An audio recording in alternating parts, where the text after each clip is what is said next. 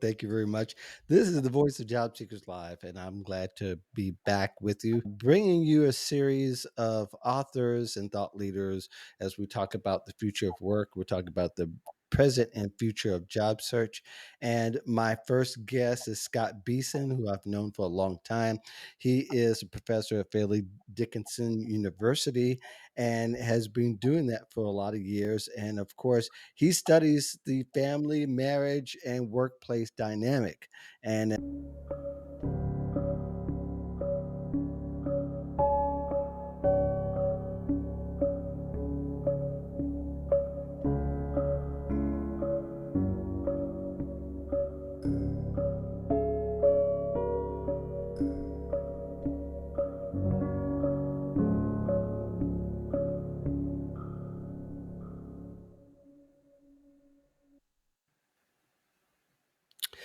hey, this is not a mistake. If you ever need a great resource and great books on that particular topic, he is the guy that you want to look up for his series of books and also his articles that he's written all over the place. And of course, you can also catch some of the interviews that he's done, which are about maybe probably hundreds of them, maybe at this particular point.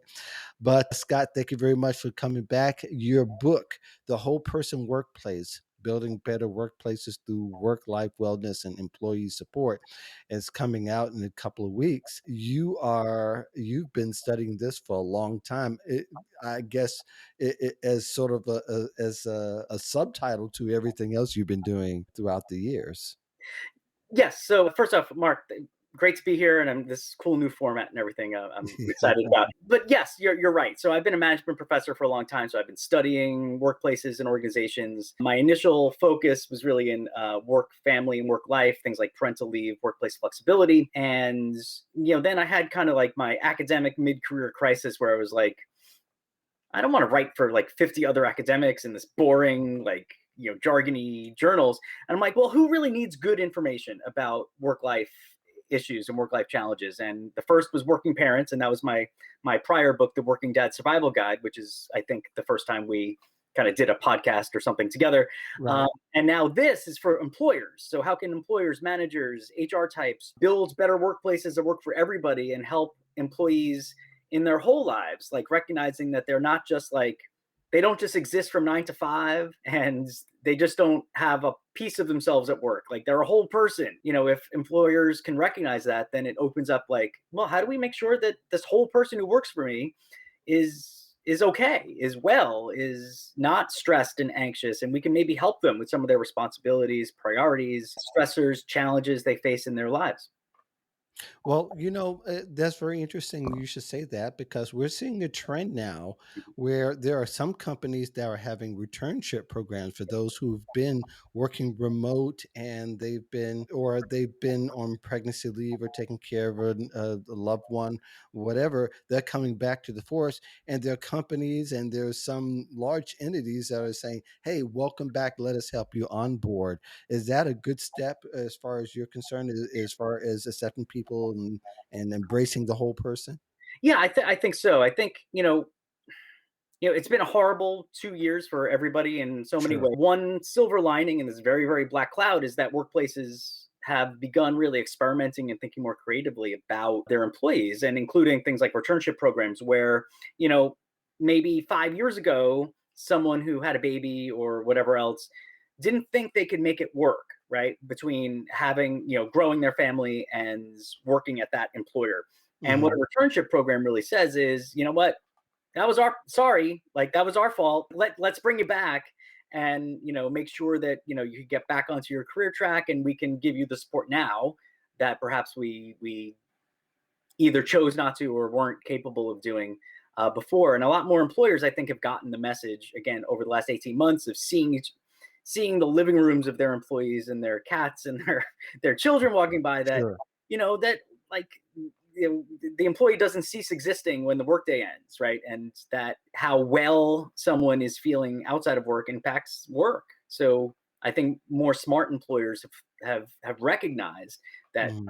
the false wall between work and life, is now recognized as more false than it had been before, and that opens up opportunities to do things like, again, there's life things like leave and flexibility, but it also includes things like help for elder care or continuing education or giving people time to volunteer or just respecting paid time off or designing work in a way that people feel better about what they're doing. There's a Mhm. whole host of ways we can, help our employees feel good as whole people. And that returns to us by building a great culture, a place where people want to work and will stay. Yeah. Well, I think the two, there's a struggle with some other employers who are not just a battle between, whether they should work in the office or not, Mhm. but for the fact that they're not always recognizing people as the whole person. Because I think that people are going in and they're expected that their behavior is going to ignore the fact that they have a child running back and forth in the background, or Right. that the pet comes in the middle of a webcam. Do you think that, what kind of things that do you see where there might be an adjustment period for both the employer and the employee in this new environment, and what we should expect and for people to accept each other as whole? Yeah. So just to, you didn't say this, but just to talk about one misconception is that a whole person workplace means that anything goes and blah. That's Right. not the case, Right. Yeah, right? totally not. Okay. It means that, because some people get the impression that this is like, oh, people are gonna, you'll be a doormat if you do that, but it's like, Mhm, no, I mean, it just means you lead with trust and then, try to figure out ways to be supportive. And then, most people rise to that, right? And those who don't, then you manage and you adjust and maybe, somebody's not a good fit for you or something down the line. But anyway, but getting to your question, yeah, I think that there's the issue between, we don't want to necessarily monopolize somebody's life, right? right. Overworking somebody and blurring those lines is not a way to be a whole person employer, right? That's Mhm, not taking care of somebody as a whole person. That's exploiting more of their time as an employee, right? So it's going to be an adjustment period, as you say. So many. I think the summer for most employers was like, here's our plan for returning to workplace or returning most of our people most of the time. The fall, and I think timed with like back to school, is when most employers were like, okay, this is when we're going to lock in our new way of doing things. Of mhm, course, now with Delta variant and all these other things, all this stuff is being thrown into chaos, right? And then I think maybe getting into winter, spring, I think this is when it's going to sort itself out and organizations are going to learn and employees are going to learn through this transition period and be like, okay, this is how we're going to run things. mhm, So this is the time for experimentation, with, yeah, I was just saying, with Delta variant and, who knows, things get worse. Maybe schools don't bring their kids back in person. And then if you were bringing all your employees back in person, like now what do you do? How do you support these people? So you need, I think the number one key for employers right now is to retain at least some elements of flexibility so that you're resilient when conditions change and mhm, do what you can to make sure people are psychologically safe to either come back to the workplace or whatever else we're asking them to do. So we want to make sure people feel all right. Again, the stress of like, oh my god, my unvaccinated young kid is going back to school, that's mhm, anxiety. Is there something an employer can do about that? Maybe there isn't, but at least the compassion and the empathy would be helpful. But maybe altering somebody's schedule so they could do drop off and pickup, is a specific thing they could do. mhm. So anyway, but I think just, having that empathetic mindset and then, allowing, just being agile as an employer is really, really important because, we saw this great resignation and the great reset, right? I Mhm. think a lot of that's employees who felt like their employer didn't really consider their needs during the last 18 months or so, looking for maybe opportunities where an employer might. Yeah, I think about is as you mentioned, I think the most agile company is going to win, Yeah. and they also have to think about the winning the best talent. So, in essence, what are the best? How is the best talent showing up? Is going to be the way the company often is going to go, because they're going to want that, and they're going because they know at the end of it all that there's profit and there's gain and there's other factors that benefits them solely more so than the employee. Yeah. So, again, the whole person workplace, I'm envisioning as more than just like employers doing this out of self-interest. They're doing it hopefully in genuine interest of helping their employees with the rest of their life challenges. It is true that in this case, you're doing well by doing good, right? Or something to that Right, effect. Where, right, right. if you build a culture where, people feel appreciated and valued, again, you're going to attract more and maybe better talent. You'll be able to be more selective. People will want to stay. They'll be more engaged and focused when they're there. And, that's the long term sustainable way to build a great company. Now, I have more sympathy for smaller organizations that might not have kind of the Slack resources and other Mhm. things, right? And the short term is always right there for them. But even small employers, in the whole person workplace, I talk to leaders at multinational companies and a store literally with 8 employees and everything in between. And there are solutions if we're creative about it and really value employees, that we can put things in place that make better workplaces that work for everybody, not just Mhm. for the bosses, but a workplace that works for everybody. So, of the small companies that you've talked to, what have been some of the, or maybe one example of a creative idea where the employer has said, "Hey, this is easier to implement," or "This is a creative way to do it without blowing the bank open."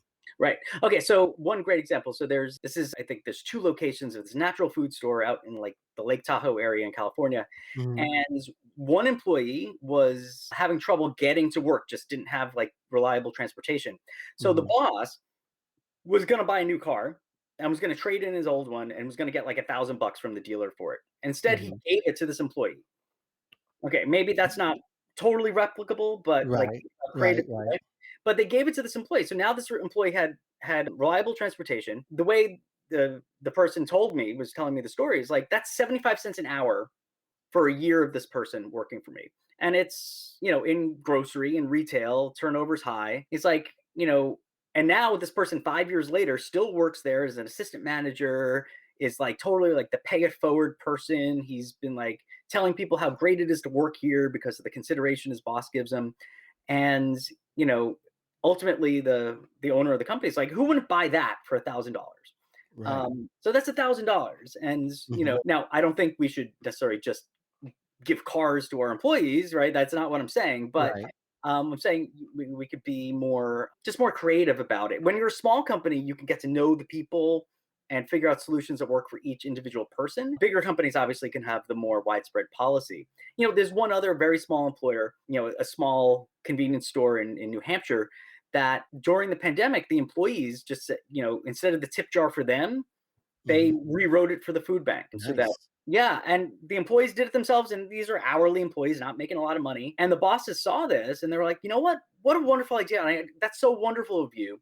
So they wound up doing a match for those tips every week, and they've continued to do it. And they've bought something like over 25,000 meals or the equivalent of that for the food bank of central New Hampshire. And, like that's a way to validate, right, an employee's priority that it might not even be particularly work related, right, in that case. Mhm.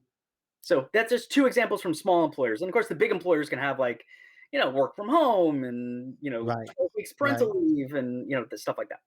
Yeah, but I think that you tapped onto something as well, that the employees will respond and will respond more if there is a shared value and that there's a mission that everybody has in common. The employees did something and then the employer came behind and expanded it, and the salary probably isn't as big a deal as for the fact that everybody is doing something on one accord and feel like they're part of the same team because there's a response to it. Yeah, well, that's absolutely it. It's validating, right, something else about them besides just Mhm. the fact that they work from this hour to this hour, right? It's Right. validating their desire to give back to their community. It's validating, right? And so they're being Mhm. recognized, they're being seen, they're being listened to.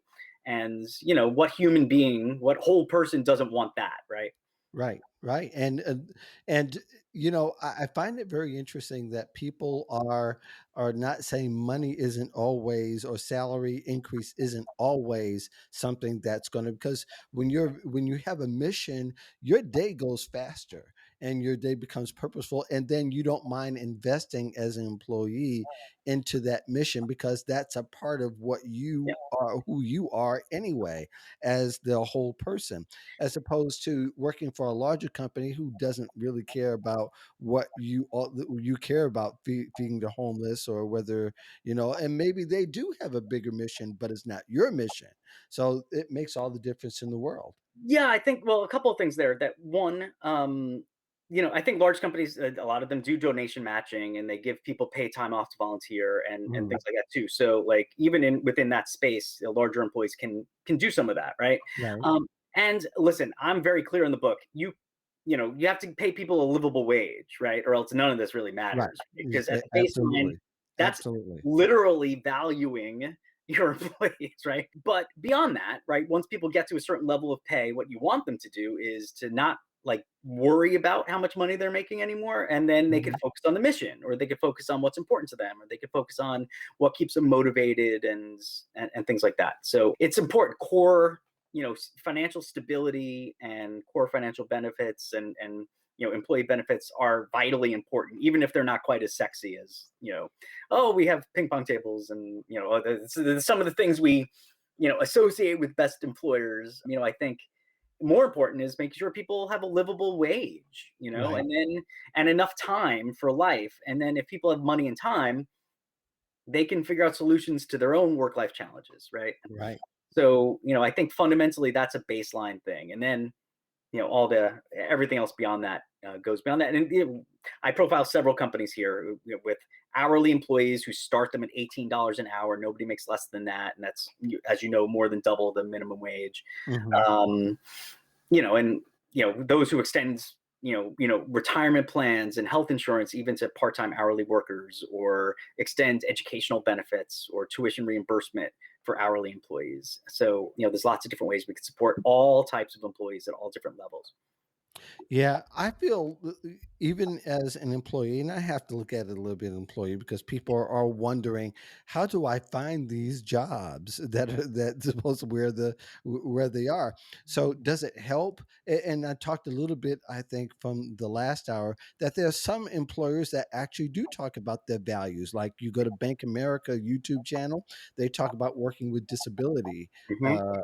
employees. So is that a good way for the employers to really start utilizing some of the new tools now to kind of broadcast and to clarify their ultimate mission outside of the products and services they offer for profit, Yeah, and they're trying to make a difference? absolutely. So first off, employers need to sincerely do the right thing, and then Right. communicate that they do the right thing, right? And if they're just talking about it, there are plenty of employers, I'm sure, who talk a good game about being an employer of choice and we care Mhm. about this and that, who really don't. But so I wouldn't necessarily take, and not to pick on Bank of America, I wouldn't take their word for it. See Do what my you're saying. research as a job seeker, right? And see, there's the fortune lists and the, working mother lists and the fairy god boss, and I'm sure resources that that I don't even know. But Mhm. the reputation of employers, and now that we're in a more interconnected world, if I'm applying to a company for a job, I'm going to check out LinkedIn. Do I know anyone in my network or somebody in my secondary network who works there? And then can I talk to them? Much more reliable. Absolutely. Right. So you want to do your research there. And then finally, I think if you're interviewing at a new employer, and especially now, I Mhm. would take those last 10, 15 minutes of the interview and really ask questions like, how did your company take care of people during the pandemic? For your work at home employees, how did you make sure they weren't like overworked and working all night because there was no separation? How do you make sure people felt physically safe once you started returning them to the office? Those types. And if the person is stammering and gives you just very vague answers, that's your answer. But if they can, with pride, talk about, yeah, this is what we did. We bought 35,000 laptops for our employees so they can work from home. We did weekly, fitness online, we gave people mental health days every other Friday It's afternoon the off. candor. It's the candor. Yeah, If I'm listening to someone talk about it, say, "We didn't do so well. This is where we didn't do well. sure. This is where we plan to do well." There would be more Sure. potential buy-in, as Yeah. opposed to saying that, hearing them mumble and think that they did something when they really didn't Right. do anything. And two, people are going to look more now at who's leading the team and Mhm. who is the individuals leading the team Yeah, than the company at mass at sure. large, because it's going to be their experience with that person and how they lead more so than the mandates that they hear from the company and Yeah. what their actual mission is. Yeah, there's some research that shows the second most important relationship people have for their like work or for their life satisfaction is their direct supervisor. Yes. Their spouse first, and then the direct supervisor next. Mhm. And it has a big impact. So yeah, so you're not just evaluating a company, right? You want to make sure that when you meet your potential coworkers, meet your potential boss, that there's some sort of meeting in the minds and some sort of fit and mutual respect there. I think that's really really important, and also it's a responsibility then that I hope managers and leaders recognize and take on, that like I can really not, I could be a crappy boss, I could be an okay boss, or I could be the kind of boss that like, helps my employees have a really good experience at work, and then that spills over to the rest of their lives as well. Sure. So in this book, at this particular time, knowing the imbalance there is in the job market at this Yeah. particular time, what would you say would be the biggest, most relevant takeaway right now from your book, and people bringing them whole selves and the employers trying to make room for people to do so? Yeah. So I think that, we went from a pretty high unemployment level to now, relatively low. The labor Mhm. market dynamic has shifted, right? So I think people who have options have more options than they have for the past few years, right? Mhm. So they should be really, again, ask those questions, do the research to see if you could find a place that doesn't just pay you well and give you interesting work to do, but also will consider the rest of your life and you as a whole person. So that's one thing. I mean, we saw, like lots of people, like it's hard to work in a kitchen. It's hard to work on a construction site, Sure. um, and they're starved for employees right now, right? Mhm. Because they haven't, maybe they're starting to pay a little bit more, but they haven't really rethought the relationship Right. between employer and employee. I mean, I remember I listen to some sports radio, so I've been hearing ads all the time for these trucking companies who are like, "We're looking for drivers, and we're like, now you get health insurance day one, and all this extra pay and bonuses and sign on bonus." Like you can see that they're starting to figure out that there's more to recruitment than there had been before, right? And then from the job seeker point of view, again, at least for now, you might have a little more choice. Mhm. So be smart about that. Use that choice. Or if your employer, if you rather stay at your employer, maybe talk to them about like, hey, listen, I want to stay here long term. Here's a few things that would really help me do that. Maybe if you help subsidize me getting, or you pay for me getting this professional certification, that would help me feel better about staying here for the next 2 years, or something like that. I mean, I hate to make everything very, negotiation, but Right? I mean, employees so have a part of little it more is. employees have a little more leverage than they had before in either finding employers or renegotiating terms. And that's one thing the younger generations of job seekers, they're seeking out organizations that fit their values more so than prior generations did, and they're making decisions that aren't necessarily the same as prior generations, just maximizing money or career Mhm. tracks. And I think that's much more healthy as long as you're getting paid enough, right? I think that's taking care of yourself in a more holistic kind of whole personish way, right? Yeah. Absolutely, absolutely. Well, Scott, I appreciate you spending time with me as always. It's always great to talk to you. If And I of could course, just the put this up on the screen here. Yeah, the so whole person workplace, August 17th is the release date, if I'm not mistaken. Is that yep, correct? yep. Yep, and I think, even though you tilt it more towards employees, employers, everyone in the workplace now, if you want to kind of get an idea of what the future is going to look like, this would be the book. I look forward to reading it myself. So, unless you have anything else to add, oh, I thank you so much for coming on, and you'll be hearing from me soon. Mark, it is always a pleasure, my friends. And Yes. again, I'm so proud of this book, and thank you for helping me spread the word. I think it's going to help build better workplaces for everybody. All awesome. Thank you so much, Scott. Appreciate it. Thanks. Take care.